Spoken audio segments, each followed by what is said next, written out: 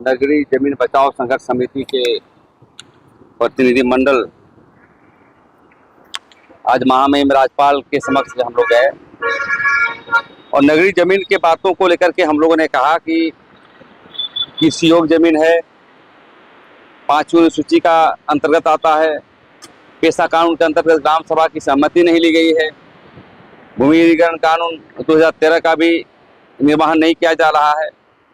तो महामहिम यही कहे कि ये मुख्यमंत्री का मामला है, मैं तो अपने तरफ से लिख के भेज दूंगा और मुख्यमंत्री इस पर काम करेंगे। तो हमें लगता है कि आज राज्यपाल से मिले हम लोग, सभी से मिलेंगे और उन्होंने ये भी कहा कि आपके जो स्थानीय विधायक से मिले, आदिवासी विधायक से मिले, यहाँ के सांसद से मिले, सदन चल रहा है, बातों को उठवाएं। तो सदन में तो हम लोग जाकर के लगता है कि अब घेरने का काम करेंगे और विधायक को भी घेरने का काम करेंगे।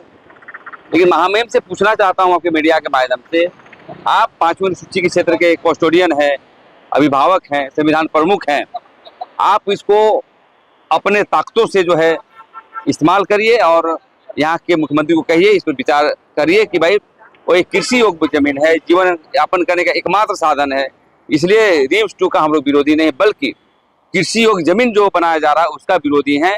यदि वहाँ कृषि योग्य जमीन चला जाएगा तो हम समझते हैं कि हम लोग भी वहाँ पर बेरोजगार हो जाएंगे, वहाँ पर रहने का कोई साधन नहीं है।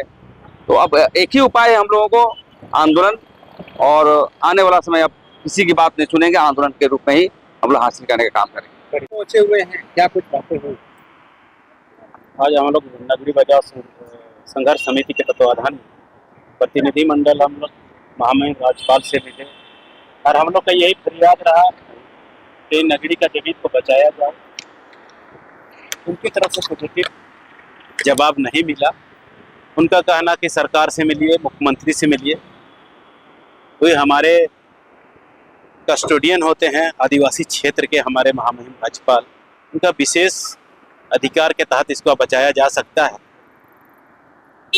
और उनका कहना है कि आप इस जमीन में आप बनने नहीं देंगे।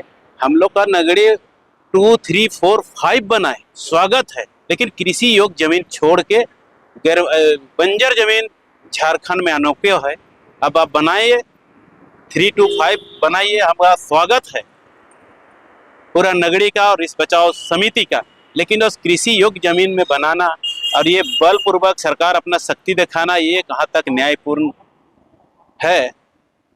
इसको किस तरह से हम लोग अबुआ सरकार बोले, अगर हम ही उजाड़ रहे हैं और मेरा सरकार बोलना, ये तो हमको समझ से परे है। और सरकार मसलों पर टीएससी मेंबर क्यों नहीं बोलते हैं, क्या कुछ है? अब टीएससी मेंबर्स, इसके आप लोग को सवाल करना चाहिए। टीएससी मेंबर को तो हम लोग भी सवाल करते हैं, क्यों गूंगे बहिरे हुए हैं?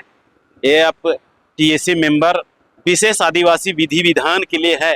अब सरकार की नज़र में नहीं है, उसको टीएससी मेंबर को देखना है, उसको विशेष उस पर चर्चा करनी चाहिए। लेकिन टीएससी मेंबर भी अब कान में तेल डाल के सो जाएंगे तो इसके जनता, उसका भी समय आएगा, उसका भी जवाब देगी। सुशील उरांव, केंद्रीय अध्यक्ष, आदिवासी छात्र संघ।